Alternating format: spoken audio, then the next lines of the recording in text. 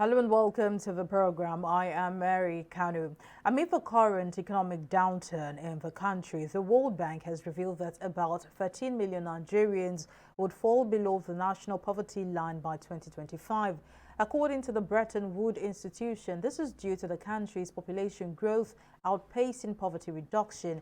In its macro poverty outlook for Nigeria, April 2023, the World Bank showed that inflation, especially for food items, has been on the rise since 2019, which has eroded the purchasing power of poor and vulnerable Nigerians and increase in poverty.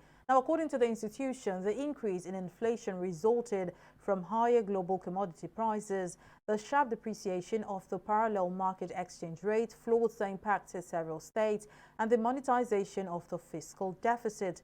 In addition, declining oil production and the mounting cost of the petrol subsidy have prevented Nigeria from reaping the benefits of higher global oil prices. The World Bank added that insecurity remains widespread, with more violent conflict events occurring across the country, adversely impacting private investment and growth. Now, to discuss this further, Lloyd Onyike, public policy analyst, joins me on the program. Thank you very much for joining me. Now, yet another, gloomy projection by the World Bank. What's your reaction to the report that 13 million Nigerians would fall below the national poverty line? Yeah, well, the it should come as no surprise, really, because the question will be on the flip side. We are aware of these trends. For example, we know that Nigerians are not finding life easier in the past 8 years. The question, a number of other indices which we'll look at shortly. So my reaction will be, what did you expect? So the flip side will be, if you are fighting poverty, there are strategies that you need to put in place and to implement.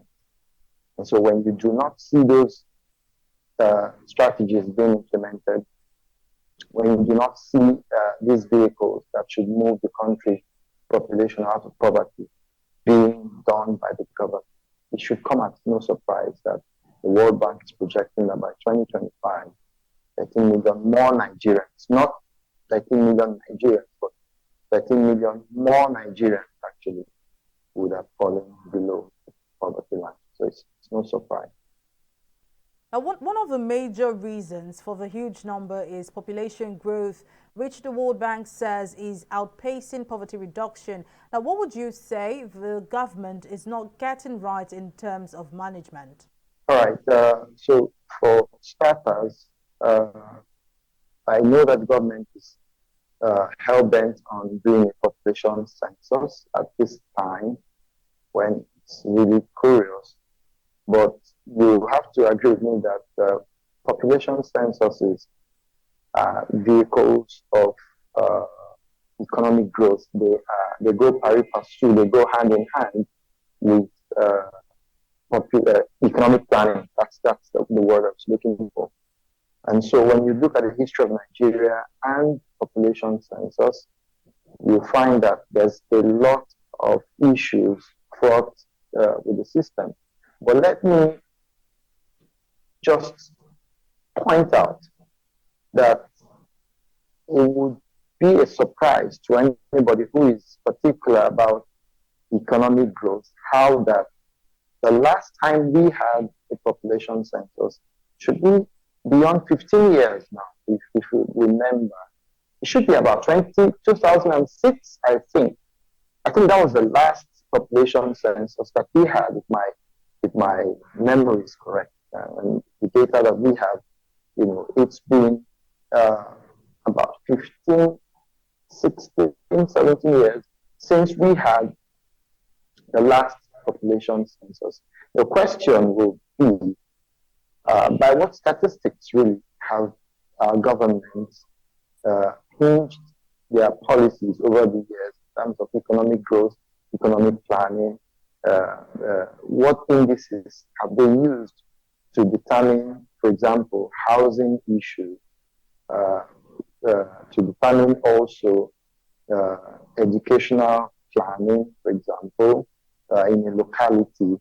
looking at, say, a primary school, for example, or a secondary school, government public school, what projections do they have that, for example, the students in Surulere, students in Lagos Island, for example, have increased beyond the physical infrastructure, the facilities, the classrooms that were built, say, by a Jakonde or by a Babatunde Fashola Bola Tinubu in their first tenures. So over the years, you find that the failure of government to do a proper population census has actually not paid right, has actually been a turn off for economic growth. So we cannot right now begin to debate how the issues of population affecting economic growth have been dealt with properly by our government,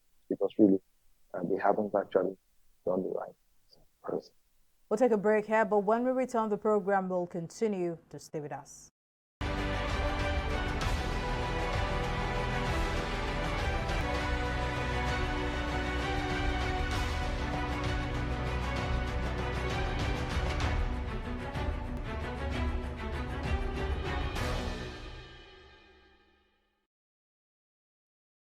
Welcome back to the program. We're still talking about the recent revelation by the World Bank that about 13 million Nigerians would fall below the national poverty line by 2025. And we still have public policy analyst Lloyd Onyenke speaking to us about this revelation. Now, Lloyd, Nigeria's debt stock currently stands at 44.06 trillion naira. What are the implications of excess borrowing by the government? How would it affect the average Nigerian?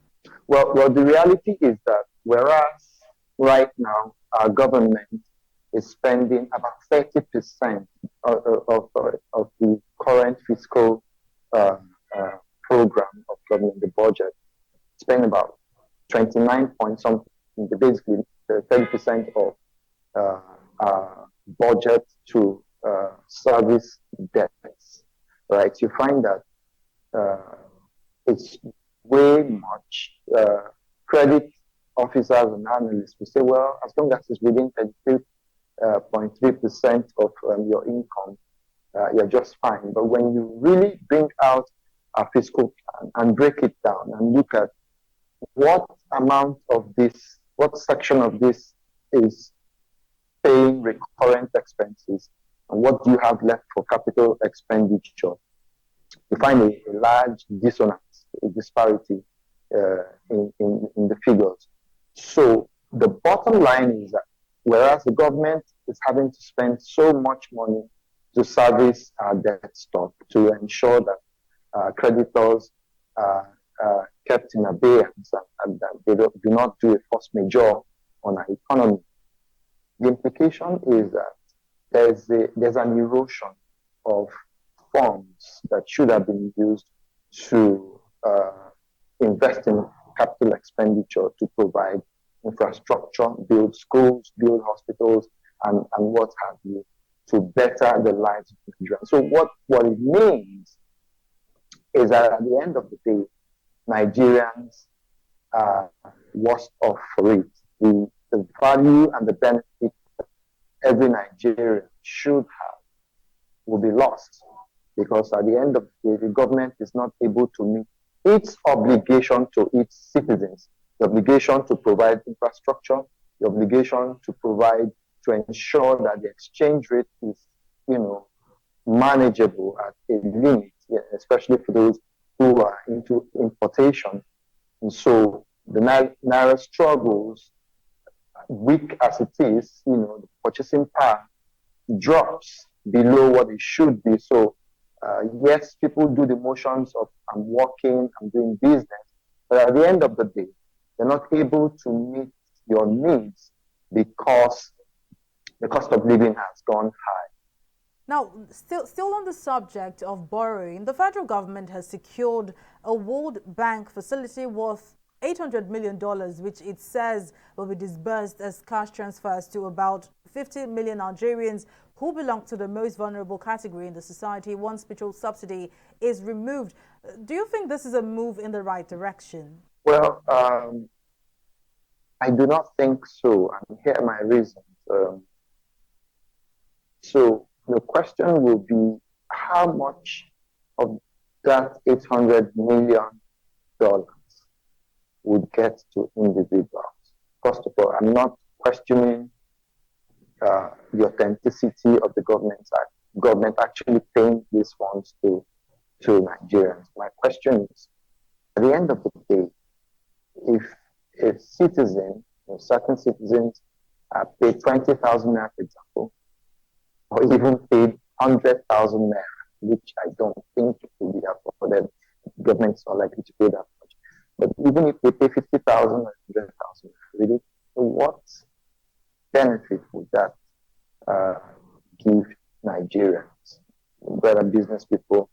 You're going to find that at the end of the day, it's more of a consumption thing. It's not an investment fund. So, to that extent, I consider it a flawed approach to economics. Take, for example, the value of the naira, the purchasing power of the naira. If you gave somebody in 2010 100,000 naira, you probably would have given the person by the value of today 500,000 naira or more. And so that money, or 1 million, and that money is used to invest in useful business that would yield profit. So, but right now, you may give 10,000. You may hear that government has given some people 20,000 direct transfers to them, and by the time they walk from where they have gone to collect that cash, to their home, they enter a market and they end up spending half that money or all of that money within a week or within a month. That money is gone. So that's because proper decisions were not taken previously to ensure that the value of the naira, sustains, such that 100,000 naira given to business people would actually be of great benefit to them. So to that extent, I don't think that would work. If the government is saying we're giving these funds to SMEs, for example, and that SMEs are going to get 2 million each and naira, and then that they are going to give 100,000 SMEs that amount of money, or 50,000 SMEs that kind of money, and then closely monitor them through the CBN and other regulatory bodies.